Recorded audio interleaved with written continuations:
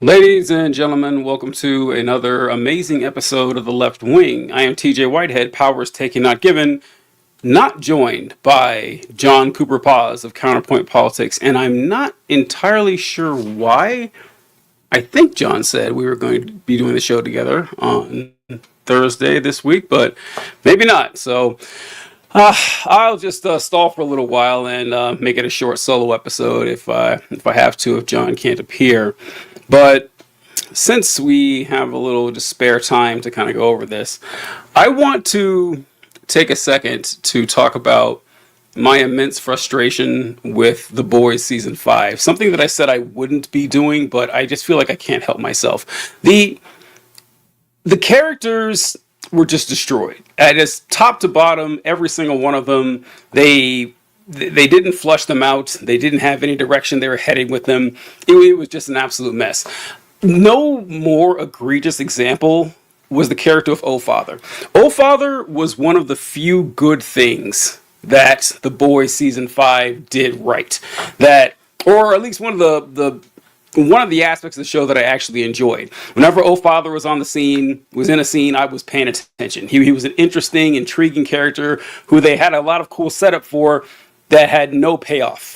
No payoff on almost any of them. And he does have the best moment of the show with the Raise Him Up, Raise Him High song he sang for Homelander. That was an absolute blast. The Boys does a very good job with their musical numbers. They had that Supersonic song, License to Drive, from season 2, I think. They also had that Vought Christmas or Homelander Christmas, Vought on Ice, I think. All their songs are pretty good on that. But Oh Father bothered me because they set up all this cool stuff like right away when O Father was talking to that crowd, and you see his first example of O Father's ability where he just screams into the crowd. He yells into the crowd, it shakes, it reverberates, and right as the sonic scream hits Homelander starts hearing voices in his head. Like immediately afterward, he hears from the angel talking to him, and he starts thinking, I'm God. And I thought at the moment watching that, oh, maybe O Father is mind controlling Homelander right now. Maybe he's behind all of this. That would be a pretty cool plot element to explore. Nothing. Nothing at all about it. It just that O Father's just another believer at the end of the day, and that was pretty disappointing. The relationship that he had with Starlight and with Ashley was pretty cool, and seeing him talk about his journey, about his departure from faith, how he believed in God, how he trusted, how he prayed every day, and these prayers were never answered. And that's why he ended up leaving the God of Christianity, and why he was so attracted to a person like Homelander, who's a God he could see in front of his face.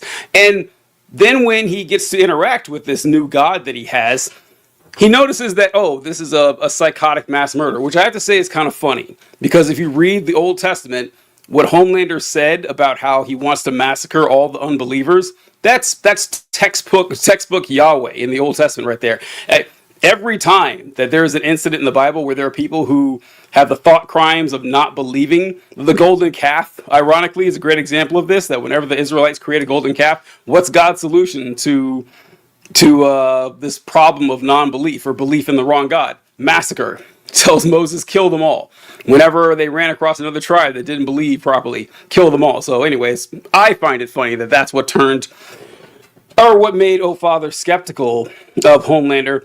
And I was really interested to see how they would handle O Father's skepticism. How Homelander said, no, I'm not the second coming. I'm my own first coming. But O Father still kept second coming in the script. How whenever Homelander said we need to massacre these folks, you could see O Father was kind of sitting back and thinking on that. And nope. All we got was O Father's head being blown smooth off by his own power. Just ball gag in the mouth, exploded head. Really disappointed right there. I feel like I could do a dozen videos about The Boys season 5, how much it let me down. But hi guys, I appreciate everyone saying hi. None of the common folks or the regulars. That's the word I was looking for. But no, what John and I were going to talk about was this thing with Thomas Massey in Kentucky. I don't know if you guys saw that, but Thomas Massey is your standard, crazy right-wing Republican. There's no love lost for Thomas Massey on my side here. I'm not I'm not here saying that Thomas Massey is some sort of hero or whatever, just meeting the basic qualifications for human decency, saying that, yeah, I think that we probably should release the Epstein files. I'm one of a few Republicans who were just pushing really hard for this after Trump told them all to shut up about it. And he, mild, or I shouldn't say mild, but some criticisms of our interactions with Iran and our relationship with the Israeli government. And Trump turned both barrels on him, and now he's gone. This is great for the short-term implications of Donald Trump's power and his hooks on the Republican Party. He's made it very clear for the last 10 years that any opposition against Donald Trump will not be stood for. It's not something that Donald Trump will put up with. Every Republican who stands up against Donald Trump loses. They can't win. Donald Trump is a Republican crushing machine. Ever since he first stepped on the stage and debated Republicans back in 2015 and 2016, he massacres them all. And now that ever since he has gotten the support from your standard Republican voter, people who are voting in Republican primaries, he probably has like a 95% approval rating with your most hardcore Republicans out there. No one will stand up against him. This is the thing about Donald Trump people got to realize. Your average Republican who is, a Republican who was in power, Republicans who were like Republican media, Republican intelligentsia, to the extent that exists at all, they hate Donald Trump. They realize he is the cancerous poison that he actually is, and they want nothing to do with him, but they're stuck with him.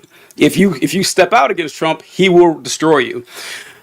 Just some Greek guy says, I thought The Boys season finale was bittersweet at best. I'm just going bitter. The final fight with Homelander in the Oval Office was a disgrace.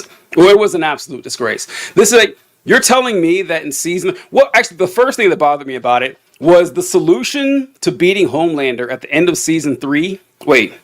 Not yet, or midway through season 3 was to double team or triple team him and have Soldier Boy hit him with the nuclear blast to take away his power. That was their solution in the middle of season 3.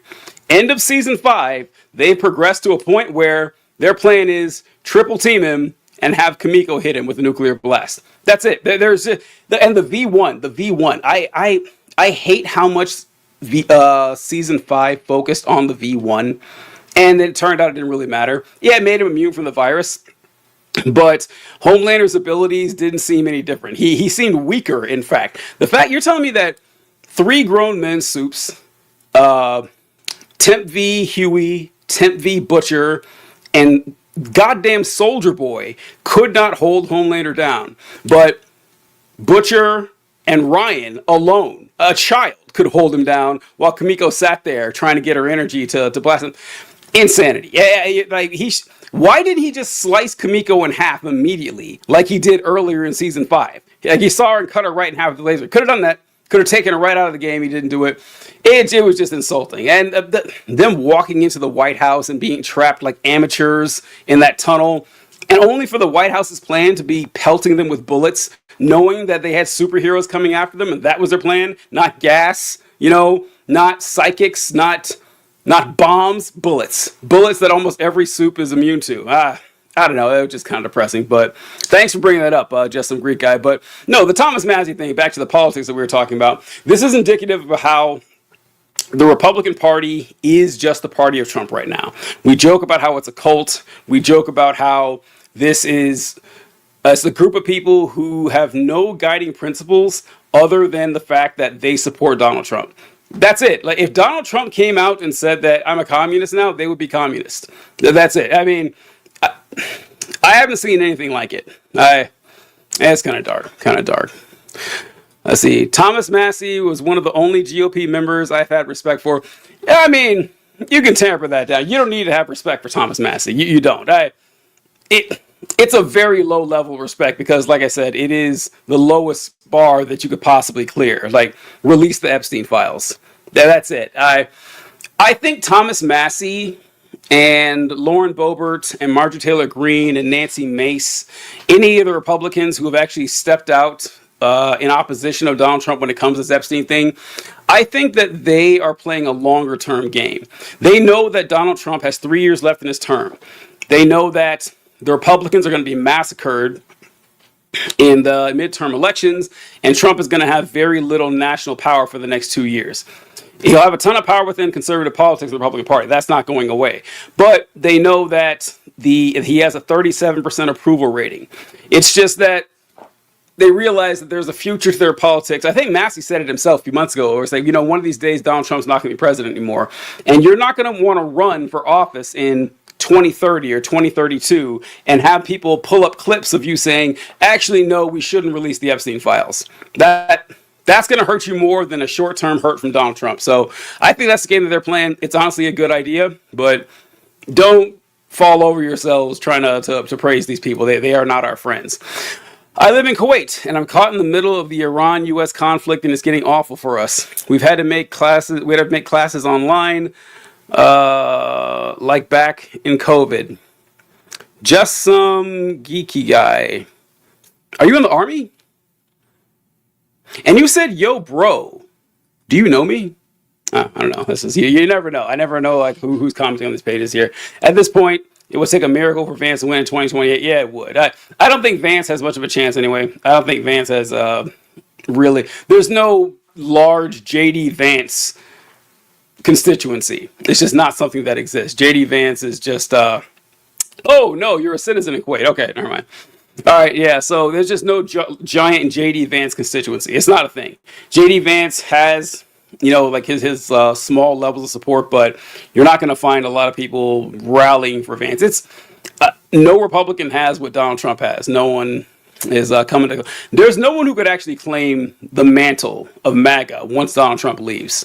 Donald Trump is he's a singular figure that, you can really see it even in the midterm elections, like even the last one when it wasn't so much that he wasn't super unpopular like he is now.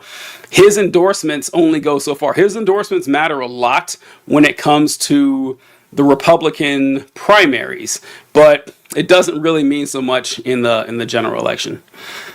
Well, anyway, thought I'd get it off my chest. John isn't here, so I'll do a quick one, but we'll catch you guys later. Maybe we'll just talk about more. See you on Tuesday. Hope you're on TikTok. Bye, guys.